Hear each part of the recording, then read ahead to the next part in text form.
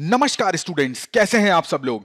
आप सबका एक बार फिर से स्वागत है Byju's exam prep IAS Hindi के यूट्यूब चैनल पर। आज है 11 नवंबर 2022। आज हम लोग देखेंगे कि हमारे द हिंदू के समाचार पत्र में कौन कौन से आर्टिकल्स इंपॉर्टेंट हैं। आप में से जो लोग भी आईएएस 2023 के लिए प्रिपरेशन कर रहे हैं, उनके लिए बायजूस एग्जाम प्रेप आईएएस की तरफ से 13 नवंबर को सुबह 9:30 बजे से 11:30 बजे तक फ्री मॉक टेस्ट आयोजित करा जाएगा। यह टेस्ट आपका पॉलिटी का रहेगा। आपको क्या करना है, इस टेस्ट में भाग लेने के लिए इस वीडियो के डिस्क्रिप्शन में आपको एक लिंक दिया जाएगा। आप उस लिंक पे जाके अपने आप को रजिस्टर करा सकते हैं। यह टेस्ट हिंदी और इंग्लिश दोनों ही मीडियम में होगा। आप ऑफलाइन या ऑनलाइन किसी भी मोड में यह टेस्ट दे सकते हैं। अगर आप ऑफलाइन में ये टेस्ट देना चाहते हैं तो इसी वीडियो के डिस्क्रिप्शन में आपको एक फॉर्म मिलेगा, वो फॉर्म आपको भरना है। इस टेस्ट का डिटेल रिपोर्ट कार्ड आपको दिया जाएगा, जिसमें से ऑल इंडिया रैंक के बेसिस पे आपके जितने भी नंबर्स आएंगे उसके हिसाब से आपको रैंक भी दी जाएगी। तो इस टेस्ट को देना बिल्कुल मत भूलिएगा। चलिए अब अपने क्लास को स्टार्ट करते हैं। सबसे पहला आर्टिकल प्रश्न संख्या 11 पर आपको मिलेगा। इसको आप अपने सेकंड पेपर यानी कि संविधान के साथ जोड़ेंगे। देखिए, पिछले कई महीनों से गवर्नर को लेके बहुत सारे आर्टिकल्स द हिंदू में आ गए हैं, तो इससे एक चीज तो इंपॉर्टेंट हो जाती है कि आने वाली परीक्षा में जो भी आपकी प्रारंभिक परीक्षा है और मुख्य परीक्षा है, उसमें आपका गवर्नर का पोर्शन बहुत ज्यादा इंपॉर्टेंट हो जाएगा। वैसे भी पॉलिटी के अंदर जो गवर्नर है, प्रेसिडेंट है, वाइस प्रेसिडेंट है, ये सारे टॉपिक इंपॉर्टेंट रहते हैं, बट अब गवर्नर को आप बहुत अच्छे से कवर करिएगा। देखिए, इस आर्टिकल में जो मुख्य मुख्य बातें हैं, मैं टू द पॉइंट आपको बताने का एक प्रयास करता हूं। यहां पर जिस तरीके से गवर्नर का अपॉइंटमेंट होता है ना, उसकी नियुक्ति होती है, उस पे जो राइटर हैं वो अपने मत देते हैं, क्या क्या प्रावधान यहां पर करने चाहिए, कुछ अपने हिसाब से ये चेंजेस बताते हैं। देखिए, यहां पर प्रश्न और उत्तर के हिसाब से पूरा आर्टिकल चलेगा, तो एक एक करके मैं आपको सारी चीजें क्लियर कर देता हूं। सबसे पहले यहां पर राइटर जो है वो प्रश्न पूछते हैं कि जो गवर्नर है उसकी रोल और रिस्पॉन्सिबिलिटी क्या होनी चाहिए, और क्या आज की डेट में इनकी पोस्ट का कोई सिग्निफिकेंस है, यानी प्रासंगिकता बची हुई है, क्या यह आवश्यक है कि गवर्नर होना चाहिए। इसके रिप्लाई में एक दूसरे राइटर हैं वो जवाब देते हैं। देखिए, जो गवर्नर की पोस्ट है ना, ये कोई आज की हमारे संविधान के द्वारा बनाई गई पोस्ट नहीं है। हमारे संविधान में भी इस टाइप की पोस्ट रखी गई है, परंतु ये बहुत समय पहले से चला आ रहा है। अगर आप मुगल्स की बात करेंगे तो वहां पर भी गवर्नर हुआ करते थे, प्लस उसके बाद जब ब्रिटिश यहां पर आए तब तो हमने बहुत सारे गवर्नर जनरल के उदाहरण पढ़े। तो ये चीज ये बताती है कि गवर्नर का एक इंपॉर्टेंट रोल होता है। यहां पर बताया जाता है कि जो गवर्नर है ना, वो सेंटर और स्टेट के बीच में एक ब्रिज का काम करते हैं, एक लिंक का काम करते हैं। इसके अलावा और भी बहुत सारे काम होते हैं गवर्नर को, जैसे यहां पर बात करी जाती है जॉइंट सेशन जो असेंबली का बुलाया जाता है उसको एड्रेस करने का, बजट सेशन को एड्रेस करने का, बिल पे साइन करने का, तभी वो एक एक्ट बनता है। तो ये सारे जो काम गवर्नर को दिए गए हैं, तो इनसे इनके रोल की इंपॉर्टेंस के बारे में हमको पता लगता है। यहां पर राइटर बताते हैं, देखिए, भारत का जो राजनीतिक संरचना है वो कैसी है, एक संघात्मक देश है। तो जब संघात्मक देश है तो यहां पर जो सेंटर है, केंद्र है, और जो राज्य है, दोनों की शक्तियां जो है वो अलग अलग हैं। परंतु यहां पर गवर्नर की पोस्ट इन दोनों के बीच में लिंक को, यानी कि इन दोनों के बीच में जो एक ब्रिज होता है उसको बनाने के लिए बनाई गई थी। परंतु आज जो गवर्नर की पोस्ट है उसको सेंटर गवर्नमेंट जो है वो अपने लाभ के लिए और अपने हित के लिए प्रयोग करती है। तो ये राज्य सरकारों के लिए उतना प्रभावशाली रह नहीं गया। अब जैसे यहां पर आर्टिकल 155 का हवाला देते हैं राइटर, ये कहते हैं कि गवर्नर को प्रेसिडेंट अपॉइंट करता है, बिल्कुल ठीक बात है। परंतु यहां पर सरकारिया कमीशन की बात करें जो कि 1983 में बनाया गया था, उसके हिसाब से यहां पर उन्होंने बताया, जब गवर्नर को आप अपॉइंट करते हो ना, तो उसको नियुक्ति करने के लिए एक समिति होनी चाहिए। उस समिति में जो राज्य के चीफ मिनिस्टर हैं उनको भी एक सदस्य के रूप में लेना चाहिए। केवल प्रेसिडेंट अभी गवर्नर को नियुक्ति करते हैं तो यह नहीं होना चाहिए, क्योंकि देखिए, प्रेसिडेंट भी क्या है, यहां पर संविधान में लिखा हुआ है कि वो मंत्रिपरिषद की सलाह पर काम करेंगे। तो पूरी तरीके से थोड़ा सा ये जो ढांचा देखने को मिलता है वो केंद्र सरकार की ओर झुका हुआ देखने को मिलता है। तो अगर यहां पर एक अच्छा राजनीतिक संरचना को पेश करना है तो यहां पर एक ऐसी समिति बनानी जानी चाहिए जिसमें चीफ मिनिस्टर भी उसके सदस्य हो उस राज्य के। यहां पर राइटर बताते हैं कि यहां पर क्या होता है, गवर्नर जो देखा गया है आजकल, उनको जो भी निर्णय लेना होता है तो हमेशा उनके जो निर्णय आते हैं वो हमेशा केंद्र सरकार की तरफ से आते हैं। सेंट्रल गवर्नमेंट उनको बताती है कि उनको राज्य के अंदर क्या करना है, जबकि उनको एक इंडिपेंडेंट पर्सन की तरह यहां पर काम करना चाहिए। उनको राज्य का हित देखना चाहिए, ना कि केंद्र सरकार का हित देखना चाहिए। अब जिस तरीके से केंद्र और राज्य के बीच में एक लिंक स्थापित करना गवर्नर का काम होता है, उसी तरीके से गवर्नर की दूसरी रिस्पॉन्सिबिलिटी होती है कि जो राज्य का चीफ मिनिस्टर है और गवर्नर जो है, इनके बीच में भी जो रिलेशनशिप हो वो बहुत अच्छा होना चाहिए। जो भी फंक्शनिंग हो, जो भी कार्य प्रणाली हो, वो स्मूथ तरीके से होनी चाहिए। ऐसा नहीं होना चाहिए कि केंद्र सरकार ने गवर्नर को ऑर्डर दिया, अब गवर्नर जो है वो सीएम के हर एक बिल पे, हर एक निर्णय पे यहां पर सवाल उठाएं। अब यहां पर सरकारिया कमीशन ने यह भी बताया कि ऐसा भी नहीं होना चाहिए कि जो गवर्नर हैं वो केवल और केवल चीफ मिनिस्टर की सिफारिश पे अपॉइंट होने चाहिए। फिर क्या होगा कि जो गवर्नर हैं वो हमेशा इन्हीं के निर्णयों के हिसाब से अपना निर्णय लेंगे। तो गवर्नर को नियुक्ति यहां पर एक बहुत बड़ा सवाल उठ जाता है कि भाई यहां पर जो समिति है, तो ऐसी कोई समिति बनाई जाए जिसमें दोनों ही पक्ष यहां पर हों। ना ही चीफ मिनिस्टर के पास ये पूरी तरीके से अधिकार हो और ना ही यहां पर प्रेसिडेंट के पास ये पूरी तरीके से अधिकार हो गवर्नर को नियुक्त करने का। और यहां पर जब गवर्नर की नियुक्ति हो भी जाती है ना, तब भी इनको हमेशा निर्णय इंडिपेंडेंट लेने चाहिए।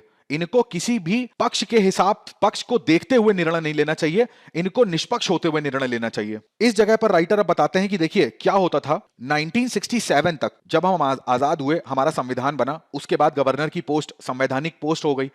उस तब से लेकर और 1967 तक यहां पर देखा गया कि केंद्र सरकार की बात करें या राज्यों की बात करें तो वहां पर कांग्रेस की सरकार हुआ करती थी। तो बात करी जाए गवर्नर की, तो गवर्नर की नियुक्ति तो राष्ट्रपति के द्वारा हो रही है, तो केंद्र में भी उसी पार्टी की सरकार है और राज्य में भी उसी पार्टी की सरकार है। तो जो भी काम होते थे बहुत ही स्मूथली होते थे। परंतु 1967 के बाद से चीजें अचानक से बदलना स्टार्ट हो जाती हैं। अब जो गवर्नर यहां पर नियुक्त करे जाते हैं वो तो केंद्र सरकार के द्वारा ही करे जाते हैं, परंतु जिस राज्य में केंद्र की पार्टी की सरकार नहीं होती है, उस राज्य के जो फंक्शंस होते हैं, जो कार्य प्रणाली होती है, उसमें ये जो गवर्नर होते हैं ये कई प्रकार की बाधाएं उत्पन्न करते हैं। तो इन सब चीजों को देखने के लिए यहां पर एआरसी का गठन करा गया, जिसको एडमिनिस्ट्रेटिव रिफॉर्म्स कमीशन कहते हैं, 1969 में। इन्होंने भी अपनी रिपोर्ट में यह कहा कि चीफ मिनिस्टर का कंसल्टेशन बहुत ज्यादा इंपॉर्टेंट है गवर्नर की नियुक्ति में। उसी तरीके से यहां पर राइटर राजा मन्नार समिति की बात करते हैं, इन्होंने भी यही रिकमेंडेशन करा जो यहां पर सरकारिया कमीशन ने और फर्स्ट एआरसी ने किया था। अब देखिए यहां पर एक कमीशन की बात होती है जिसको बोलते हैं national commission to review working of constitution. इसने एक कमेटी सजेस्ट करी थी, जो मैंने अभी आपको बताया कि जैसे पीएम होने चाहिए, विपक्ष का नेता होना चाहिए। तो इन्होंने यहां पर एग्जैक्टली बता रहे हैं कि कौन कौन उस समिति में होना चाहिए जो गवर्नर को नियुक्त करेगी। तो प्रधानमंत्री होने चाहिए, यहां पर गृह मंत्री होने चाहिए, लोकसभा के जो स्पीकर होते हैं वो होने चाहिए और उस राज्य के मुख्यमंत्री होने चाहिए। इनसे मिलके एक समिति बननी चाहिए और ये गवर्नर की नियुक्ति करे।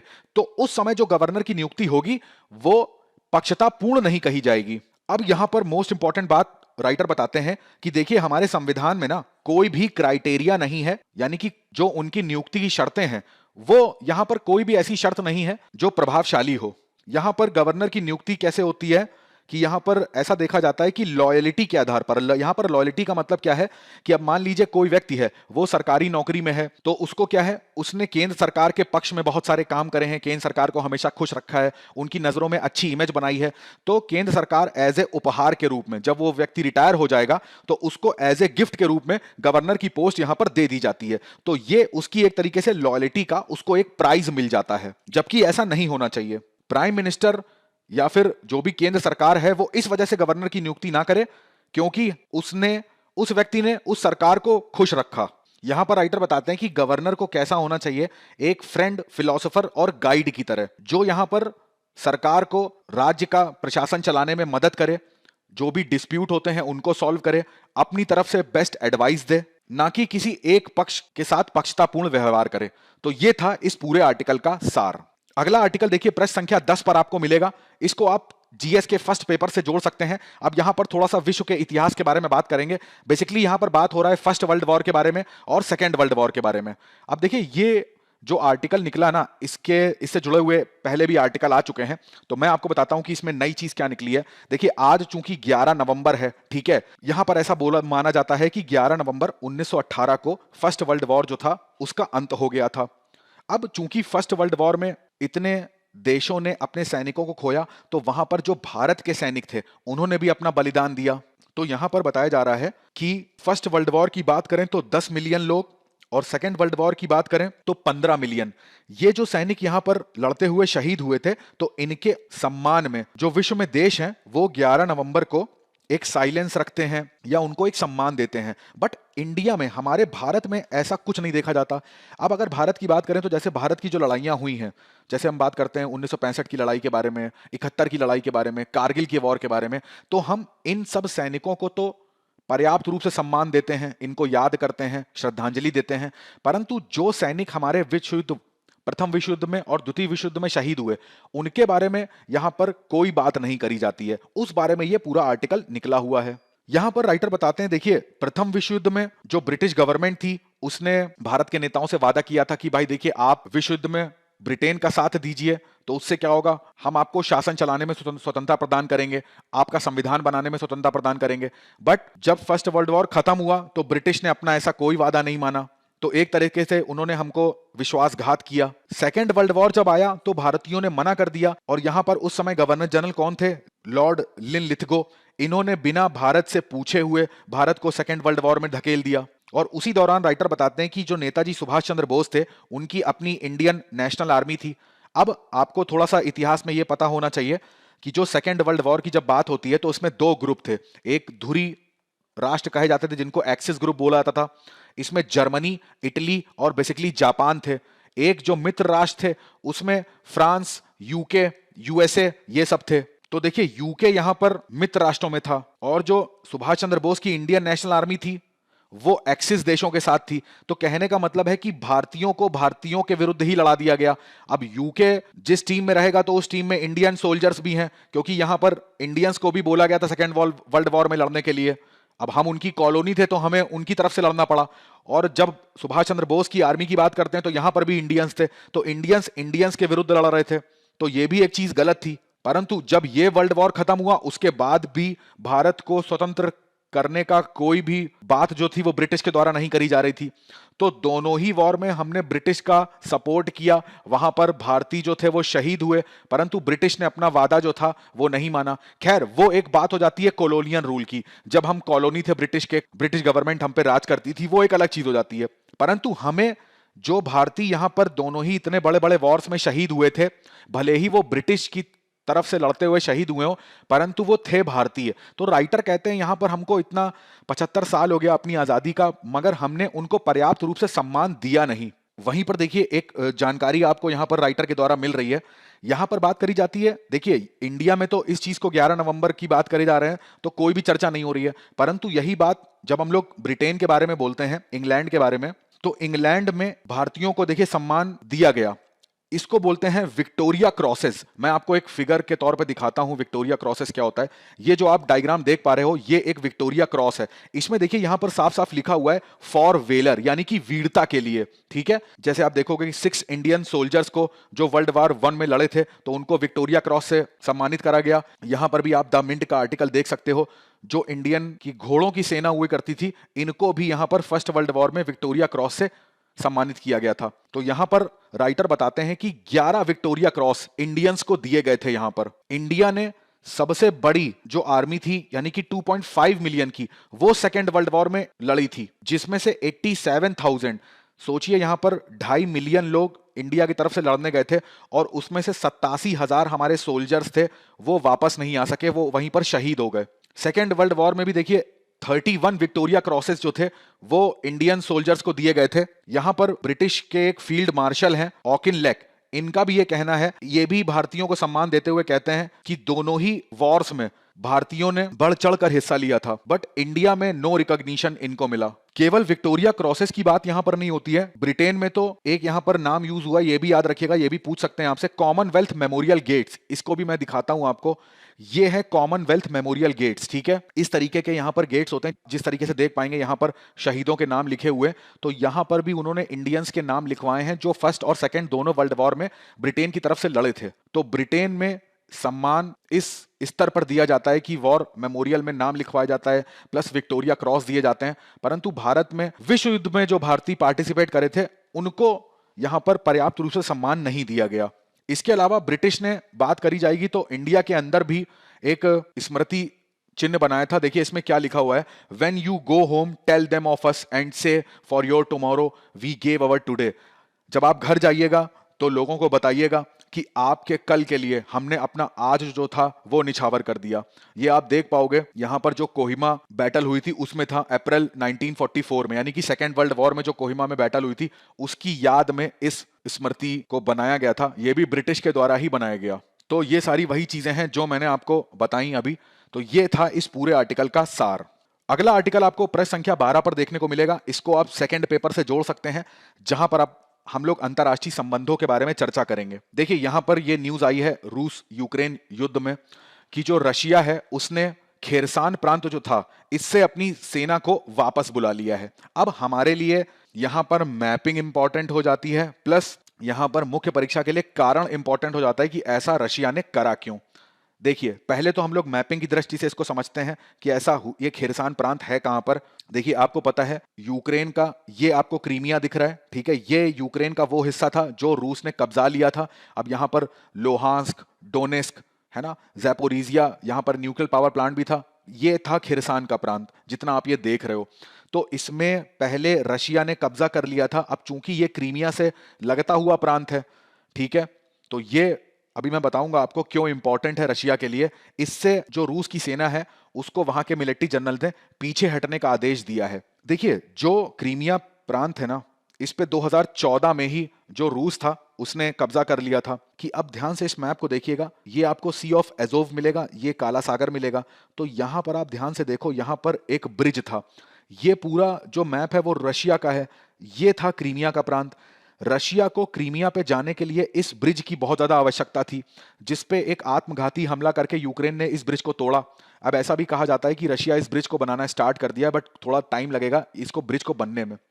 तो क्रीमिया रशिया के लिए भौगोलिक दृष्टि से बहुत ज्यादा इंपॉर्टेंट हो जाता है। कैसे?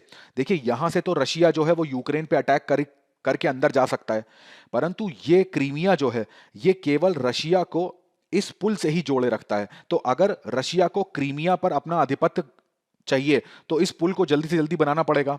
दूसरा, जैसे ही रशिया क्रीमिया पर जाता है तो यूक्रेन को यहां पूर्व से तो वो घेर ही रहा था, प्लस यहां पर दक्षिण से भी वो कंट्रोल कर सकता है। तो उसके लिए क्रीमिया बहुत महत्वपूर्ण है। अब क्रीमिया से जैसे ही आप उत्तर की तरफ चलेंगे तो आपको यहां पर खिरसान प्रांत देखने को मिलेगा।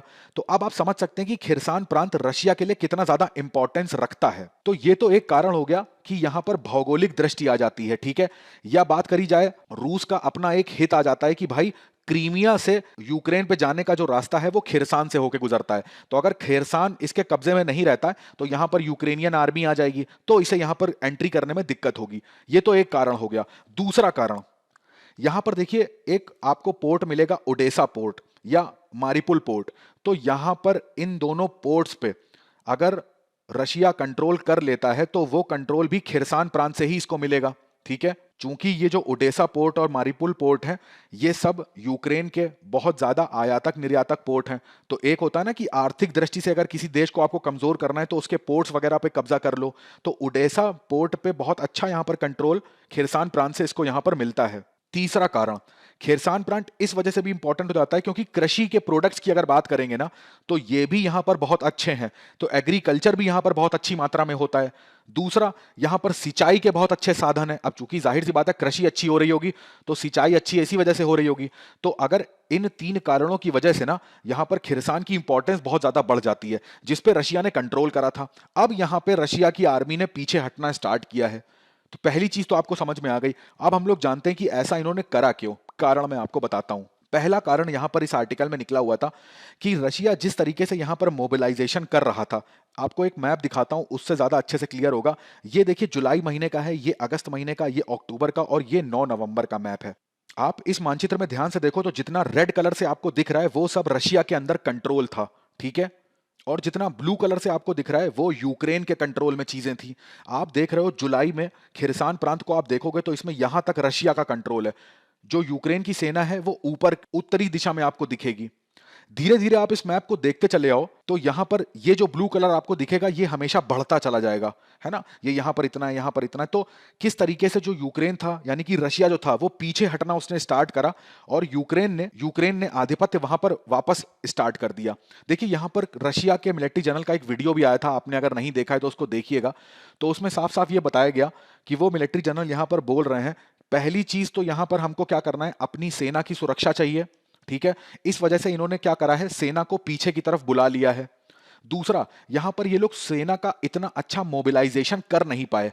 मोबिलाइजेशन का मतलब होता है कि जितनी मात्रा में यहां पर सेना गोला बारूद इकट्ठा करके यहां पर कंट्रोल करने का जो प्रयास था वो यहां पर हो नहीं पाया, क्योंकि उसके पीछे सबसे बड़ा रीजन था जो कर्च ब्रिज था। ठीक है, यहां पे जो कर्च ब्रिज का ब्रेक हो जाना, तो यहां से पूरी तरीके से रसद पहुंच नहीं पाई। तो अब सेना को अगर लड़ने के लिए हथियार नहीं मिलेंगे तो वो कितनी देर तक यहां पर सामना करेगी। दूसरा, यूक्रेन की मदद यूरोपियन देशों ने करी, यूएसए ने करी, उसको एक से एक हथियार यहां पर दिए। जैसे यहां पर बात करी जाती है होविट्जर तोप्स की, हाइमार्स की, एयर डिफेंस सिस्टम, जो बैटल टैंक्स हैं, वो सब यूरोपियन कंट्रीज ने यहां पर सप्लाई जारी रखी। रशिया को यहां पर सप्लाई हो नहीं पा रही है। पीछे से ईरान से जो ड्रोन की सप्लाई होनी थी, शाहिद 136 ड्रोन की, वो भी उतनी मात्रा में नहीं हो पा रही है। तो अब यहां पर रशिया की जो आर्मी है वो इतने दिनों तक मुकाबला कर नहीं पाएगी बिना हथियारों के। तो उसमें अच्छा निर्णय यही होता है कि आप अपनी आर्मी को वापस बुला लो, क्योंकि जब आपके पास लोग रहेंगे तभी आप वॉर यहां पर अच्छे से कर पाओगे। एक यहां पर और कारण रहा कि खिरसान प्रांत से पीछे हटने का, कि इन्होंने क्या करा, भाई खिरसान प्रांत में तुमने कब्जा तो कर लिया, अब क्या है, यहां पर तुमने लगा दिया मिलिट्री रूल, मार्शियल रूल।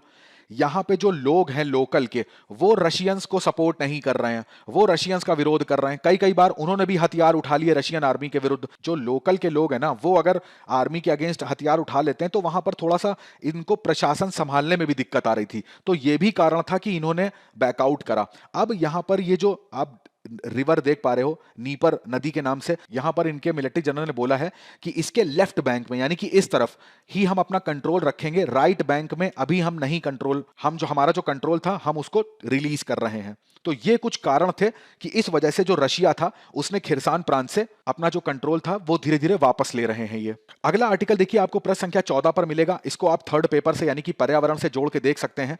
अब जैसा कि आपको पता है, जो COP 27 है वो इजिप्ट में हो रहा है। इजिप्ट में भी कहां पर, शर्म एल शेख के अंदर। तो वहां पर भारत ने एक मुद्दा उठाया है। वो कौन सा मुद्दा है आपको पता होगा, ग्रीन क्लाइमेट फंड के बारे में, हरित जलवायु कोष के बारे में। 2009 में जो कोपेनहेगन में सम्मेलन हुआ था उसमें इस फंड को बनाया गया था। अब इस फंड को क्यों बनाया गया, बड़े ध्यान से समझिएगा। ये हैं विकसित देश, ठीक है, ये हैं विकासशील देश। अब यहां पर ग्लोबल वार्मिंग की जो प्रॉब्लम है वो तो दोनों के लिए कॉमन है। विकसित देशों ने अपने यहां पर उद्योग लगाए, इंडस्ट्रीज लगाई और बहुत सारा अपने आप का डेवलपमेंट किया, तो बहुत सारा CO2 का उत्सर्जन किया। इससे क्या हुआ, हमारी पृथ्वी का तापमान जो है, जो हमारा वायुमंडल का तापमान है, वो बढ़ने लगा। अब जब विकासशील देश जो हैं, ये जब अपना उद्योग लगाते हैं, अपने आप को विकास करने के लिए इंडस्ट्री लगाते हैं, तो इससे भी CO2 निकलती है। परंतु अब स्थिति ऐसी आ चुकी है कि अब अगर CO2 का उत्सर्जन उतने ही मात्रा में होगा तो जाहिर सी बात है हमारी पृथ्वी को और पूरे पारितंत्र को बहुत ज्यादा नुकसान होने वाला है। इसी वजह से यहां पर जलवायु परिवर्तन के जो सम्मेलन होते हैं वो आयोजित करे जाते हैं। तो यहां पर बोला गया विकसित देशों से कि भाई आपने तो अपना विकास कर लिया है, ठीक है, तो आप तो CO2 अब कम उत्सर्जित करेंगे। विकासशील देश जो हैं इनको थोड़ी सी छूट दी गई है कि ठीक है आप थोड़ा सा इंडस्ट्री अपना लगा सकते हो क्योंकि आपका उतना विकास हुआ नहीं है। परंतु ये तो कोई सॉल्यूशन हुआ नहीं। बात आती है नवीकरणीय ऊर्जा स्रोतों की, ठीक है। तो अब नवीकरणीय ऊर्जा स्रोतों में जो विकसित देश हैं इनके पास तो हाई टेक्नोलॉजी है, इनके पास बेहतर टेक्नोलॉजी है, इनके पास इतना पैसा भी है कि ये सौर ऊर्जा, पवन ऊर्जा, इन सब की हेल्प ले सकते हैं। अब विकासशील जो देश हैं इनके पास ना ही इतनी अच्छी तकनीक है, ना ही इतना पैसा है कि ये सौर ऊर्जा, पवन ऊर्जा, इन सब नवीकरणीय ऊर्जा स्रोतों के प्लांट्स जो हैं वो अपने यहां लगा सकें। तो विकसित देशों से ये बोला गया कि भाई आप एक कोष बनाया जाएगा जिसको ग्रीन क्लाइमेट फंड बोलेंगे। इसमें आप 100 बिलियन US डॉलर देंगे। ये पैसा इन विकासशील देशों को दिया जाएगा जिससे कि ये लोग अपने यहां नवीकरणीय ऊर्जा स्रोत जो हैं उनका उपयोग कर सकें। परंतु ये जो कोष बनाया गया ये केवल कहने के लिए था। यहां पर इन लोगों ने इतनी मात्रा में पैसा दिया ही नहीं। वही मुद्दा यहां पर भारत ने उठाया कि एक बात बताइए, जब हम लोगों ने 2009 में इस टाइप का कोष बनाया था तो वो तो 100 बिलियन डॉलर्स का था, उसको भी विकसित देश जो थे वो पूरा नहीं कर पाए। अब अगर आप 100 बिलियन डॉलर दे भी देते हो ना तो उससे कोई फर्क यहां पर पड़ेगा नहीं। तो इंडिया ने यहां पर इंसिस्ट करा है हाई टारगेट्स का, यानी कि अब ट्रिलियन ऑफ डॉलर्स आपको देने पड़ेंगे, तब जाके जो विकासशील देश हैं वो इन सब टेक्नोलॉजीज को अपने देश में अडॉप्ट कर सकते हैं, तब जाके जो ग्लोबल वार्मिंग है वो कंट्रोल में आ सकती है।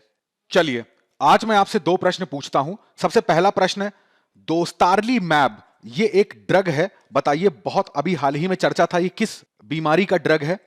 दूसरा प्रश्न, अभी आप कॉमनवेल्थ गेम्स के बारे में आपने सुना होगा जो लेटेस्ट हुए हैं, इसमें बताइए कि इंडिया को टोटल कितने मेडल्स मिले हैं अलग अलग, गोल्ड, सिल्वर और ब्रोंज। अब मुख्य परीक्षा अभ्यास प्रश्न पर नजर डालते हैं। प्रथम विश्व युद्ध में भारतीय सैनिकों की भूमिका की विवेचना करनी है। दूसरा प्रश्न है, क्या राज्यपाल राज्य के संवैधानिक प्रमुख होने के बजाय केंद्र के एजेंट के रूप में अधिक कार्य कर रहे हैं? भारत में राज्यपाल के पद से जुड़े हाल ही के विवादों के आलोक में विश्लेषण करना है। दोनों को ही लिखने का प्रयास जरूर करिएगा। आज के सत्र में बस इतना ही रखते हैं। मैं आशा करता हूं आज का सत्र आपको अच्छा लगा होगा। अच्छा लगा है तो वीडियो को लाइक, शेयर और सब्सक्राइब करना बिल्कुल मत भूलिएगा। आप कोई भी प्रश्न मेरे से पूछना चाहते हैं तो वो कमेंट सेक्शन में जाके पूछ सकते हैं, मैं कोशिश करूंगा उसका आंसर करने की। ठीक है, चलिए अब अगले सत्र में आपसे मुलाकात होगी कुछ नए आर्टिकल्स के साथ। तब तक अपनी पढ़ाई करिए, स्वस्थ रहिए और अपने माता पिता का बहुत सारा ध्यान रखिए। आप सभी का बहुत बहुत धन्यवाद।